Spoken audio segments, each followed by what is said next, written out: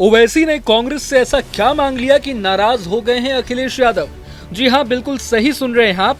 AIMIM chief Asaduddin Owaisi ने बयान देते हुए कहा है कि अगर बीजेपी को हराना है तो कांग्रेस को सभी को साथ लेकर चलना होगा, वरना कांग्रेस बीजेपी को अकेले नहीं हरा सकती। ओवैसी ने यह भी कहा कि भगवा खेमे को हराने के लिए कांग्रेस को सबसे पुरानी पार्टी को साथ लेकर चलना होगा। अब कहीं न कहीं ओवैसी के इस बयान को उनके इंडिया अलायंस में शामिल होने की चाहत के तौर पर भी देखा जा रहा है, लेकिन अपने बयान के जरिए ओवैसी ने कांग्रेस की सक्षमता पर गंभीर सवाल उठा दिए हैं।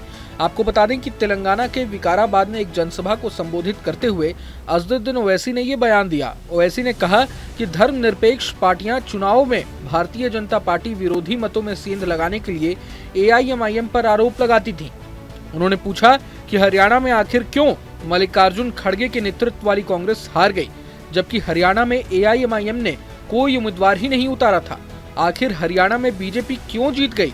हमें तो वो बी टीम कहते थे, लेकिन हम तो वहाँ थे नहीं। ओवैसी ने कहा कि वो वहाँ हार गए, अब आप ही बताइए कि वो किसके कारण वहाँ हारे। ओवैसी ने कहा कि हरियाणा में सत्ता विरोधी लहर को मात देते हुए बीजेपी ने तीसरी बार शानदार जीत हासिल की है।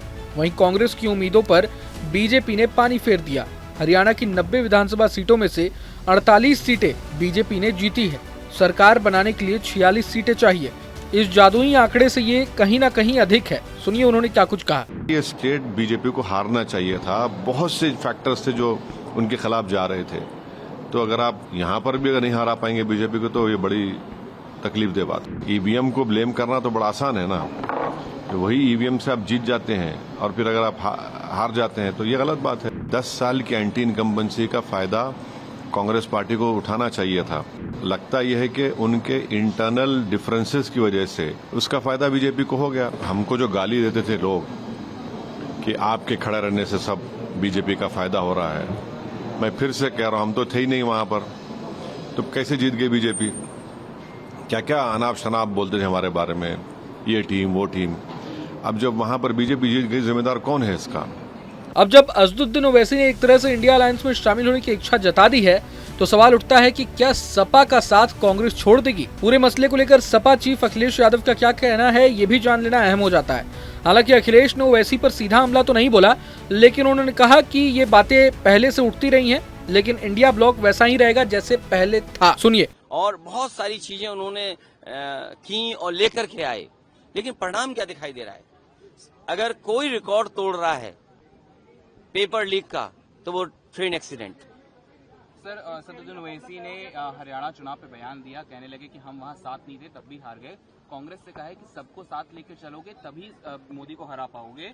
तो क्या असदुद्दीन ओवैसी को साथ में इंडिया ब्लॉक में जगह मिलेगी, जो जिस तरह का उन्होंने इशारे किए हैं? जो इंडिया ब्लॉक पहले बना था, ये बातें पहले भी आई थी। इंडिया गठबंधन, इंडिया ब्लॉक वैसा ही है जैसे पहले था। सर, आपने ट्विटर पे पोस्ट किया था कल भी और आज भी। आज आपने डॉलर को लेके और कल वर्ल्ड हंगर इंडेक्स को लेके किया था। देखिए, जब सरकार ये कह रही कि $5 ट्रिलियन की इकोनॉमी है और दुनिया में हम आगे बढ़ रहे हैं, हमारी अर्थव्यवस्था आगे बढ़ रही है। अगर हमारी अर्थव्यवस्था आगे बढ़ रही है तो आखिरकार हंगर इंडेक्स में हम कहाँ खड़े हैं? 105वां स्थान, मतलब सबसे बुरा अगर स्थान किसी का तो भारत का है। और वहीं दूसरी तरफ अगर अर्थव्यवस्था बेहतर है। आपको बता दें कि ओवैसी ने इसके अलावा केंद्र सरकार पर भी जमकर हमला बोला। ओवैसी ने कहा कि यदि केंद्र सरकार वक्फ संशोधन विधेयक कानून लाएगी तो देश में सामाजिक अस्थिरता फैल जाएगी। ओवैसी ने इस दौरान दावा किया कि अगर वक्फ विधेयक कानून बन गया तो मस्जिदें और दरगाहें मुसलमानों से छीन ली जाएंगी। उन्होंने कहा कि मैं मोदी से कह रहा हूं कि अगर वक्फ कानून बना तो देश में सामाजिक अस्थिरता फैल जाएगी। हम देश को 1980 और 1990 के दशक में ले जाएंगे। हमने एक मस्जिद गंवा दी है, हम अब कोई और मस्जिद या कब्रिस्तान नहीं खोएंगे। बहरहाल पूरे मसले को लेकर आप क्या सोचते हैं, ये हमें कमेंट बॉक्स में जरूर बताएं। अगर आपको ये वीडियो पसंद आए तो लाइक करें और चैनल को सब्सक्राइब करें। वहीं तमाम बड़ी खबरों के लिए देखते रहें न्यूज नेशन। न्यूज नेशन अब व्हाट्सएप पर खबरों के ताजा अपडेट के लिए न्यूज नेशन के इस QR कोड को स्कैन करें।